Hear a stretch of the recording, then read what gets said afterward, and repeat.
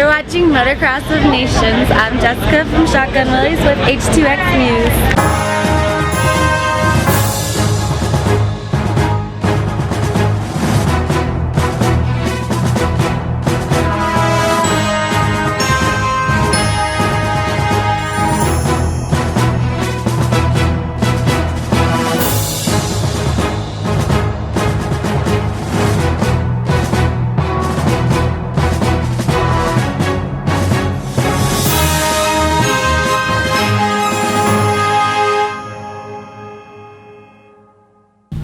Welcome back mga kaigsunan. Welcome to Habal Habal Balita.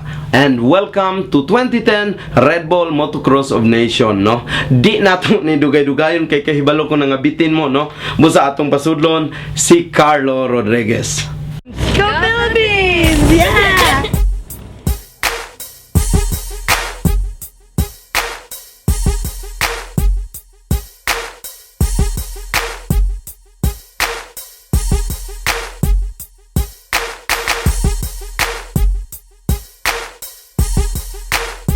Okay, good morning aga. Andito kami ngayon sa Team Philippines sa Colorado Thunder Valley for the 2010 Red Bull Motocross of Nations. And andito kayo si Kenneth, may tatanungin kami kung paano naibuo tong team na to. So Kenneth, first question was how was the Philippine team going so far? Ano ngayon ang Pilipinas? Ito po, nagpe-prepare nga po kami sa race po rito sa MX Nation.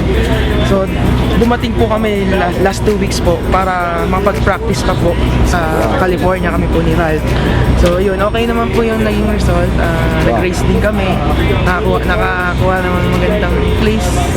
Good, that's good. And yun, at ngayon, dito na kami ngayon sa Motocross of Nation. Medyo kinakabahan, pero okay lang.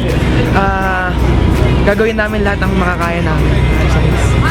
Okay? Sinabi na natin gagawin niya lahat kung ano makakaya. So, para sa buong Pilipinas, ito yung pinaka parang Olympic to ng motocross. Yung Pilipinas ang dinadala ng pangalan. So, maybe sa lahat ng mga fans doon, sana suportahan natin sila at magpasalamat tayo sa kanila.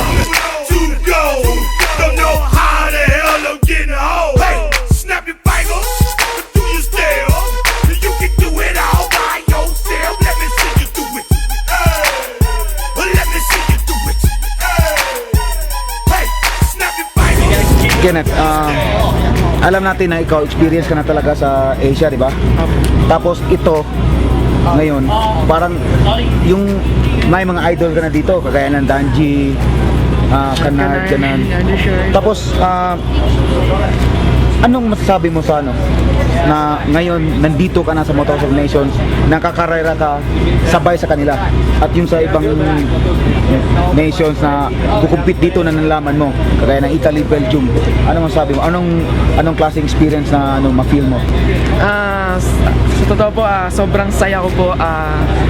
Ito lang po, ito po yung isa sa pangarap ko, makasali po sa mga Dream mo, bale? Dream ko po talaga to, na makasali po sa mga top rider ng mundo. Makita ko yung mga AME riders. Yeah. Yun, sobrang saya ko po talaga.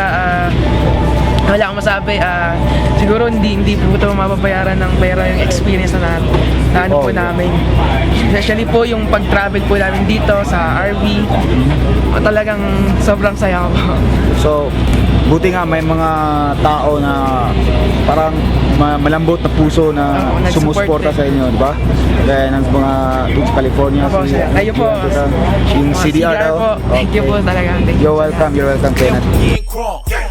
Popping bottles in these getting drunk, rolling up the kush, put it in the air. I'm throwing up the E's to let them know we in here. Yeah, brand new shoes, brand new tune. Pull out the old school cause I'm feeling real cool. Yeah, I'm from the A, so I'm And what are the challenges and preparations you made for this event? Ayun po, sa ano pa lang po, sa Philippines pa lang po, nagte-training na po ako doon, nag-workout. Then hanggang sa makapunta po kami dito sa US, sa California. Nag-race kami and nag-practice sa different tracks ng California para kumbaga parang ma-fit po ba rito yung race sa racetrack po rito. Kasi po, iba po yung racetrack po sa Philippines tsaka dito po sa US eh. Malaking difference po kasi sa atin po medyo maliit lang po yung racetrack eh. Dito po, ang lalaki po talaga. Ang lalaki, tapos groom pa yung tracks, di ba? Opo. Doon, Nung unang punta ko po rito, talagang nanibago po ako. doon sa Ang laki California po. po. Ang laki. So, yun, Tapos ang layo, no? Ang layo. Pero siguro po ngayon naman, hindi po siguro, ready na po talaga po kami ngayon sa race namin. Ayun, kami po ni Tito Jolet, ni Ralph, and ni Tito Jehan. Ganun kahirap. Ang mahirap po talaga po rito, yung racetrack pag nasira na po. And syempre, pressure sa mga rider po. Kasi And mabilis. Mabilis po. Yung rats dito, iba talaga doon, di ba? Iba po. Sa Philippines po, Hindi po magka-rats, hindi magkaroon ng rats, di ba? Dito po, malala. Lalim. Pero at least na-experience mo na yon. So, malaking bagay na yung ginawa mo doon para dito, in preparation sa Motocross of Nation. Well, let me see you do it. Hey, snap your fingers, but do you still? You can do it all by yourself. Let me see you do it. Well, let me see you do it. Hey, snap your fingers, but then rock with it. Do it, do it, do it, do it. Go drop with it. Do a step with it. Put your hips with it. All my ladies, let me see you put a twist with it. You can't do it like me. I'm by myself. I do it so good. I don't need nobody else. What's happening? What's up? Got that perk fired up. What's happening? What's up? Got Patron in my cup. I pop. I drink. I'm a Patron and perk. I can't think. I'm blown to go. Don't know how the hell I'm getting home. Hey, snap your fingers. But do you still? You can do it all by yourself. Let me see you do it. Well, let me see you do it. Hey, snap your fingers. But do you still? You can do it all by yourself. Let me see you do it. Well, let me see you do it. Hey, Straight from the back, posted in the act. Got to hit the club, we've been mobbing all day. Drinking on some rust, dying on patrol. VIP stats, strapped with my chrome. Look around the club, what do I see? Who are the major sponsors and people who make this team possible? Ayun, nagpapasalamat po sa nag-sponsor sa amin, sa mga lahat ng sumusuporta. Sa NAMSA, kay Tito Maki, Stefan Maki Carapiet, and kay Tito Jehan Tetango, siya po yung kumbaga yung nag-ayos po rito. Ako po yung nag-ayos ng RV, yung mga motor po, nag-setup. And sa sponsor po namin sa Motoworks, sa Chatterbox, SDG, ano ba? Oakley, and syempre sa inyo po, sa CDR po, sumuporta po sa amin, and sa lahat ng mga Pilipinong sumusuporta po sa amin, maraming po salamat. At sa tatay ko po, syempre, salamat po siya po. Kung wala po siya, wala rin po ako rito. Yun po, sa lahat po ng lahat po ng suporta, yun po, sa mga hindi po nabanggit, maraming po salamat.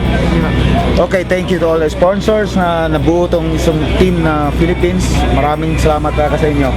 At ito, may masabi ka ba sa mga fans natin dun sa Pilipinas at sa ibang sulok ng mundo na fans ng Philippine team, lalo na sa'yo?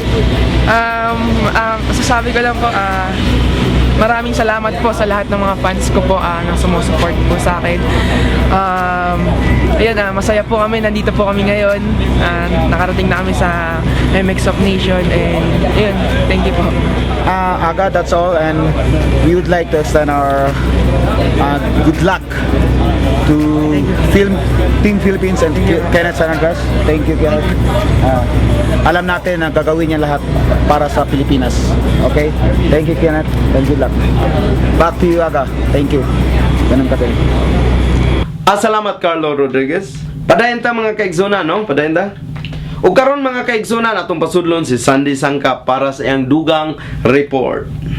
Daghang kayong salamat mahigala. Naa na kita sa itong bag-o nga X2X balita dinhi sa Macau, China. Tungod ka na sa in-demand kayo nga to ang mga balita.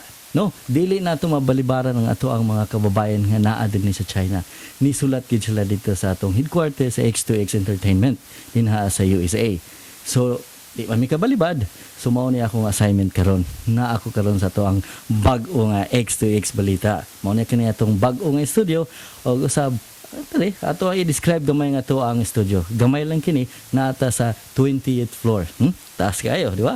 Nya, kita na ko ako ang operator dito pod.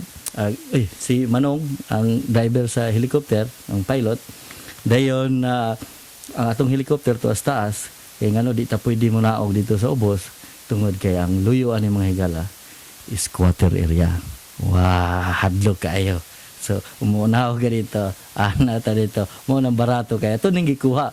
Tungod lang ni sa itong mga kababayan diri sa China. Ato aron matagaan nato sila og serbisyo pod publiko. Para man ni sa ila, para ni inyong tanan. Mao nang gitawag namo habal-habal kay i-deliver na mo ang habal-habal nga balita. Dili ni gasakay og motor, kung dili gasakay ni sa mga balita, padulong din na sa inyo ang tagsa-tagsa nga mga screen. Di ba? Dami kayo.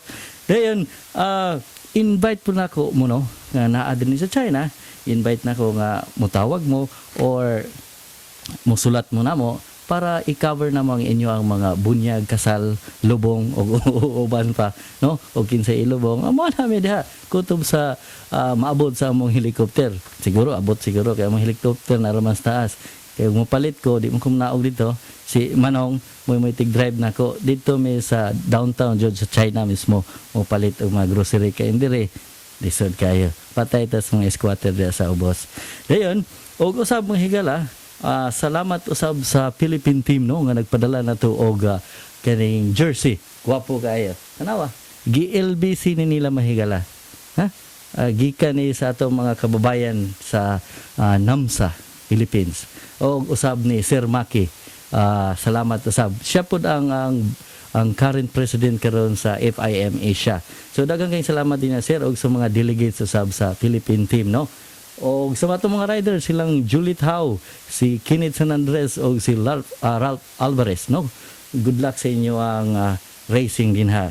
Og usab mga tagpasaylo tungod kay wa ta kaadto dito tungod kay gitagaan kitag assignment sa X2X Entertainment nga panion diri sa Macau para mopalit sa maong ato ang studio nga bag-o.